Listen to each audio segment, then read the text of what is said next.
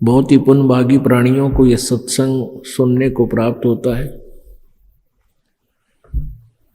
सकल पदार्थ हैं जगमाही, कर्महीन नर पावत नाही। सभी इस संसार के अंदर परमात्मा समय समय पर प्रकट रहते हैं या अपने कोई संत विशेष को अपनी शक्ति पावर दे करके इस धरातल पर भेजते रहते हैं, ताकि संत की प्रेजेंस इस पृथ्वी पर रहेगी तो जनता कुछ हाहाकार से बचेगी। संत ना होते पृथ्वी पर तो जल मरता संसार। पुण्यात्मा मात पिता मिल जाएंगे 184 माँ, और सतगुरु सेवा और ये भक्ति भाई फिर मिलन की ना। जिस भी प्राणी के शरीर में आप जिस भी पशु पक्षी के शरीर में जन्म प्राप्त करोगे, जो भक्तिहीन प्राणी है वो, तो वहां माता पिता भी होंगे, उनमें ममता भी ज्यों की त्यों होगी। जैसे कुत्ते बने तो कुतिया माता पिता हमें मिल जाएंगे, गधे बने तो वहां माता पिता होंगे, और ऐसी ही ममता होगी, ऐसा ही प्रेम एक दूसरे में होगा।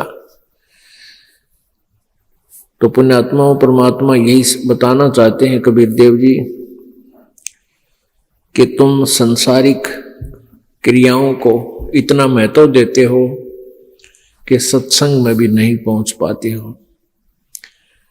तो परमात्मा यही बताते हैं कि ये माता पिता, ये परिवार प्रत्येक प्राणी के शरीर में आपको उपलब्ध हो जाएगा, लेकिन सत्संग नहीं मिलेगा, सतगुरु नहीं मिलेंगे उन अन्य प्राणियों के शरीरों में। तो मानव शरीर के अंदर जो प्राणी भक्ति नहीं करता है वो अपने जीवन को व्यर्थ कर रहा है। परमेश्वर की वाणी में है कि मानुष जन्म पाए कह जो नहीं रटे हरि नाम, जैसे कुआं जल बिना बनवाया क्या काम। अपने आत्मा परमात्मा हमें बार बार आकर के यही समझाना चाहते हैं कि तुम मनुष्य जीवन प्राप्त करके इसमें प्राप्त सुविधाओं को प्राप्त करके आप भूल जाते हो परमात्मा को, क्योंकि ये जो भी पुण्य, आपके पुण्य से ही आपको मानव शरीर प्राप्त है, और आप ही की मलाई है पिछले जन्म की, पुण्य संस्कार हैं, उनको आप बर्बाद कर रहे हो। बहुत ही पुण्यकर्मी प्राणी को परमात्मा मानव शरीर देता है, उससे भी पुण्यकर्मी प्राणी मानव शरीर पाकर भी जो अत्यधिक पुण्यकर्मी प्राणी है उसको सत्संग मिलता है। तो मानव शरीर प्राप्त करके जो भक्ति नहीं करते हैं प्राणी, परमात्मा बताते हैं कबीर थोड़ा जीवना, कबीर थोड़ा जीवना ये मंडे बहुत मंडाने, सभी उबा पंथ सिर ये राव रंग सुल्तान। कबीर एक दिन ऐसा होएगा सबसे पड़े बिछो, राजा राणा राव रंग भाई सावधान क्यों ना हो। उजड़ खेड़े ठेकरी ये गड़गड़ गए कुमारे, रावण जैसे चले गए वो लंका के सरदार। अब परमात्मा हमें याद दिलाते हैं कि तुम इस छोटे मोटे कोई व्यवसाय में को या कोई कोठी कार फैक्ट्री को प्राप्त करके परमात्मा से दूर हो जाते हो। उसके लिए बताते हैं कि कबीर जीना थोड़ा, बहुत ही कम समय है ये, और आपके जो इरादे हैं वो बहुत लंबे चौड़े, आपकी कल्पनाएं बहुत लंबी चौड़ी, ये कर दूंगा वो कर दूंगा, और एक पल का भरोसा नहीं, कब यहां से शरीर छूट जाए, जीव चला जाए। कबीर थोड़ा जीवना ये मंडे बहुत मंडाने, दूर तक के पता नहीं क्या क्या सोच बना रखी है, कल्पना कर रखी है, ये कर दूंगा वो कर दूंगा। और कहते सभी चल रहे हैं यहां से, सभी का एक दिन प्रतिदिन कम हो रहा है। हम कितने नशे में हैं। कबीर ये माया अटपटी, कबीर ये माया अटपटी, सब घट आण अड़ी, किस किस को समझाऊं या कुएं भांग पड़ी। इस काल भगवान ने ये त्रिगुणमयी माया, रजगुण ब्रह्मा, सतगुण विष्णु, तमगुण शिव जी के द्वारा ये आप जी को यहां उलझा रखा है, इस माया जाल में फंसा रखा है। ब्रह्मा जी की रजोगुण माया के आधार से आप जी संतानों उत्पत्ति करते हो, यहाँ के ठाठ बाट की चाह करते हो, और विष्णु जी के सतोगुण की माया के प्रभाव से आप जी यहाँ एक दूसरे में ममता मोह के माध्यम से जुड़े हुए हो, जकड़े हुए हो। तो पर आप जी के हमारे ऊपर इतना जबरदस्त दबाव है कि हमें कुछ भी दूर तक का सूझता नहीं, हमें होश नहीं है।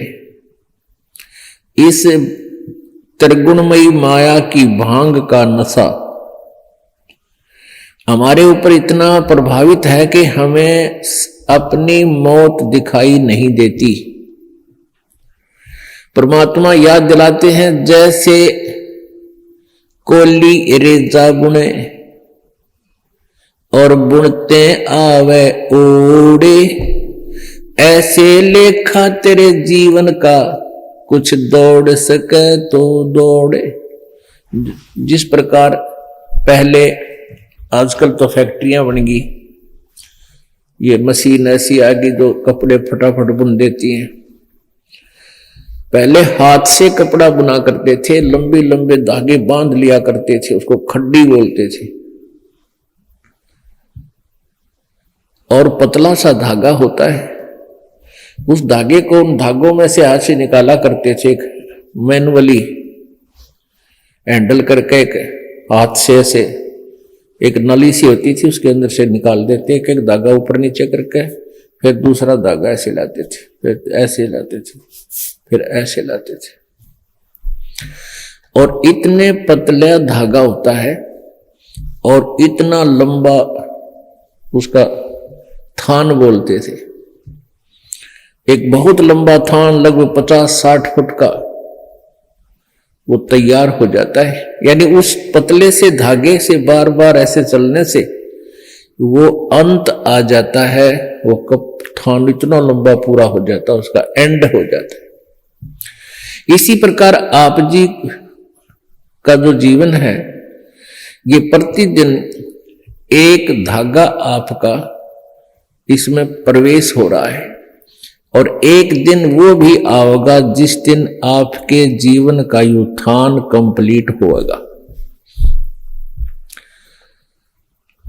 कहते हैं हम प्रतिदिन एक कदम अपने मौत रूपी अजगर की तरफ बढ़ रहे हैं, और वो हमें खाएगा और हमें डर नहीं।